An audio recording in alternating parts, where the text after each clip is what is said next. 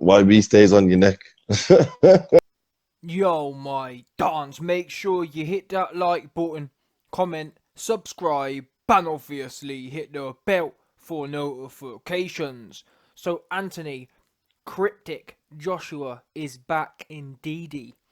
So, on your screen now, you can see a message he posted exclusively, proprietarily. In fact, this message was sent proprietarily, exclusively to the YB. You won't see no one on YouTube with this particular message. That's what we do know. Oh, YB, I saw it on his Snapchat. I saw it. No one's got it, yeah? No Snapchat, no IG, nowhere. Just the YB exclusively. That's what we do know. Anyway, let's cut to the chase. I'll read it out.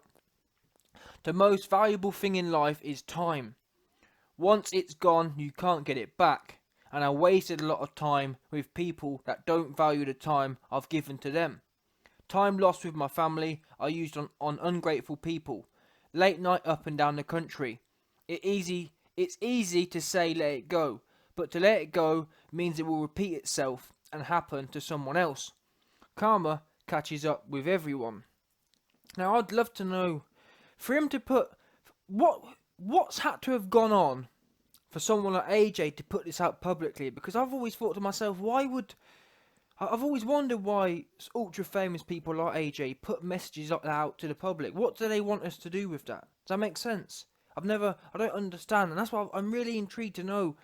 It must be important to put it out. Otherwise, if it wasn't important, you wouldn't bother, would you? So I'm thinking, my head's ticking. I'm thinking, what could it be about? Now, let's have a look at the wording one more time. Once time is gone, you can't get it back. I've wasted a lot of time with people that don't value the time I've given to them. Now I do wonder what that's about. Never mind wasted a lot of time. You've wasted a lot of time training with trainers who ain't got a lick of a clue what they're doing. Let me translate this. Let me translate these feelings you've got, AJ. Let me translate it once and for all. Never mind once you got it gone. Well, never mind, I've wasted a lot of time with people. You've wasted a lot of time with McCracken. That's the problem. Let me bring it, whatever this was about, let me bring it back to boxing for you. Yeah? Rob McCracken does not know what he's doing. Yeah? That's why, back in 2011, when you was fighting at amateur level, you had the same things going on. You look more or less the same then as you do now, 8 years later. That's the truth of it, yeah? You've wasted too much time, you've given too much effort, too much time, too much praise to a man who don't really, I'm sorry, oh yeah, he helped you out in 2011 or whatever when you did some, come on, AJ didn't kill no one, yeah? That's what we do know. He sold a bit of weed or whatever it was, who cares, yeah? He didn't stick his neck out that much for you, and you've got to remember, this is something I like to remind AJ. He likes to say, "Oh yeah, well without McCracken I wouldn't be here and whatnot." It was a what's the word? It was a transaction you had there, yeah.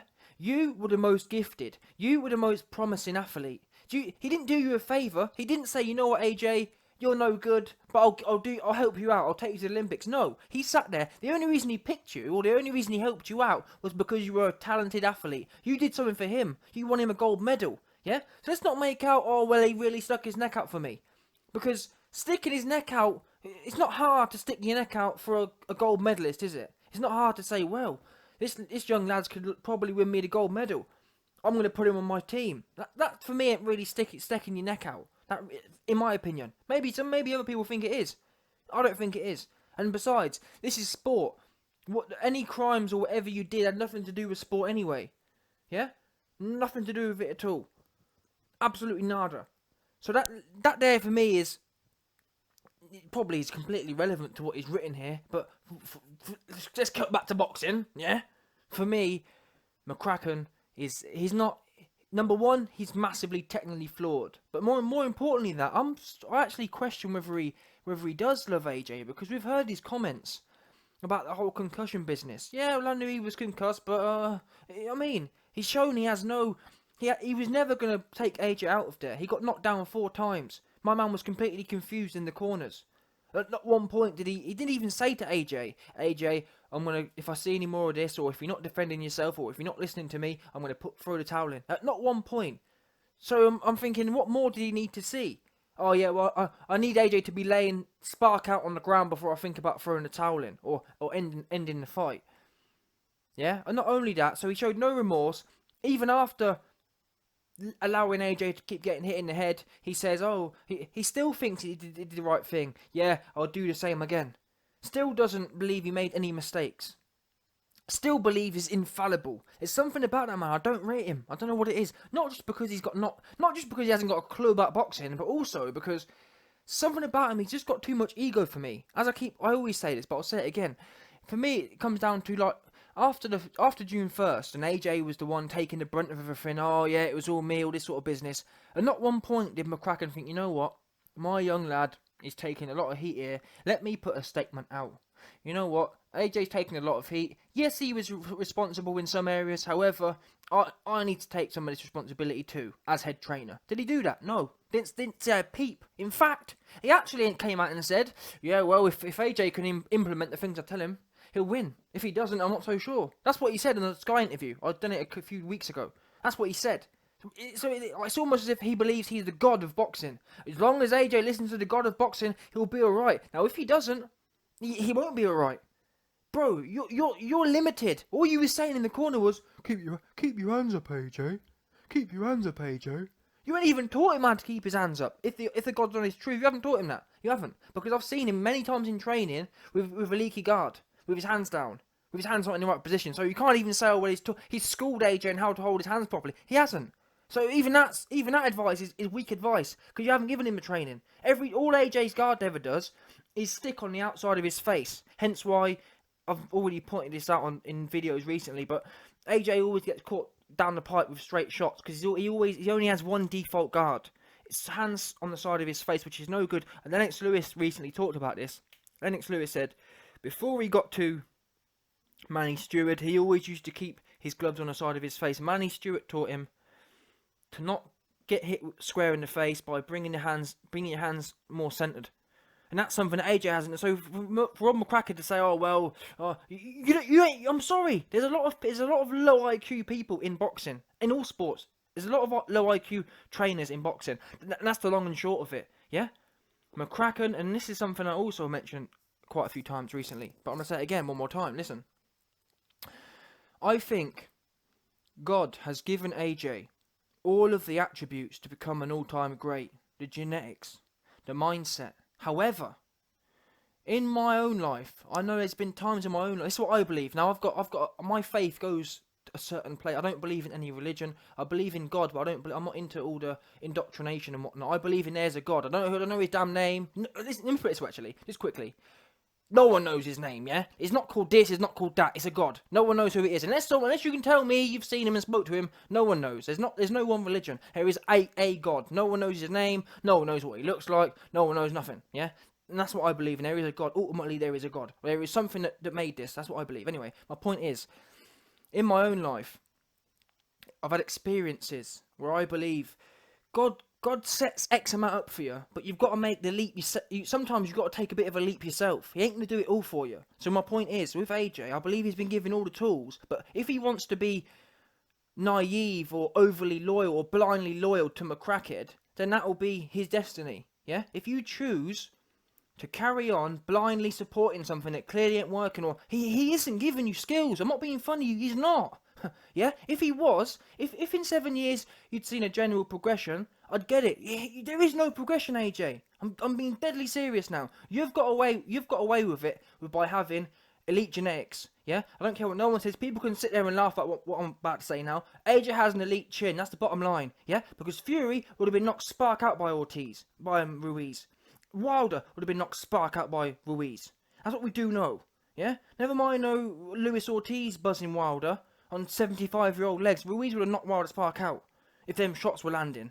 Yeah, AJ didn't even get buzzed really. Every single knockdown, AJ Khan's just flopped to the floor. He's never unconscious. He never loses any consciousness. That's because he has a world class. That's the bottom line. He has a world class chin. You never see him out of sorts, and he's been hit by loads of people. So what I'm trying to say is AJ's been given all of the other stuff. But this, for me, is a key sticking point, and even Hatman said it recently. He said it as well. If AJ don't don't leave McCracken. This could be. I'm not sure what more it's going to take, and I really don't want to see another loss. That said, I'm hoping. The problem is, at the moment, as AJ fans, we're in it, or people who feel the same as me in terms of McCracken being limited. We're in a bit of a catch-22 here, because if AJ does beat Ruiz, it's going to be, I can't see him leaving McCracken. It might take 2 losses, but even then, who knows? He may just say then, oh no, it's not me. And this is what I'm trying to say to you lot about McCracken, yeah? McCracken, he don't never take no responsibility. He's never going to tell AJ, you know what? I've sat back and reflected on myself. I believe I may have taken you I believe I may have taken you to the edge of possibility of my skills. Now you may need to move on. McCracken will never do that. He'll always believe, just by hearing the things he said, just by the way he never takes any responsibility on himself. He believes he's the almighty boxing god. That's what he honestly believes. Yeah. So with that in mind, he's never going to say, AJ, you may need to move on. And Lennox Lewis said this a few months ago, that his trainers, after he had about 5 or 6 trainers, and each time they said, you know what, I've taken you as far as I can, let's try and find you someone else who can give you some more skills. Why hasn't McCracken done that in 7 years? You've made enough money now. You've squeezed enough money out of him. Let him move on somewhere. You're going to have to give him a push. But then again, as I mentioned, ultimately it's going to come down to AJ. If he wants to keep, because AJ, what's not happening in the Ruiz fight, it wasn't, oh well, you just got outpowered or you just got outspeeded. He got out-techniqued in this fight, as most fights. It's not like you can sit there and say, well, hey, look at AJ, his defense was on point, and you know what I mean? He didn't get beat by the better man. He got beat.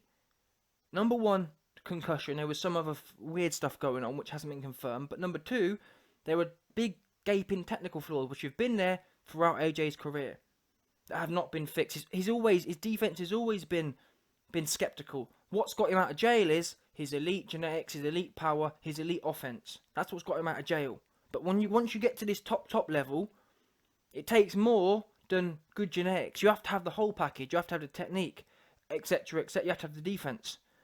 You can't look at Lennox Lewis as an example. He got even he at the prime of his career got caught with an odd shot, but still he had a very well schooled defense at the end of his career. Very tight. He wasn't getting caught with silly shots. He wasn't when he became under pressure. He wasn't getting lit up and hit all over the place. His arms weren't falling all over the place, and that there comes down to schooling. And clearly, if you haven't been able, schooling starts on your first day, and McCracken hasn't been able to pull off basic stuff in 7 years. His time, or 8-9 years now, his time is done. And I just hope AJ don't go his whole career, because eventually he should regret it.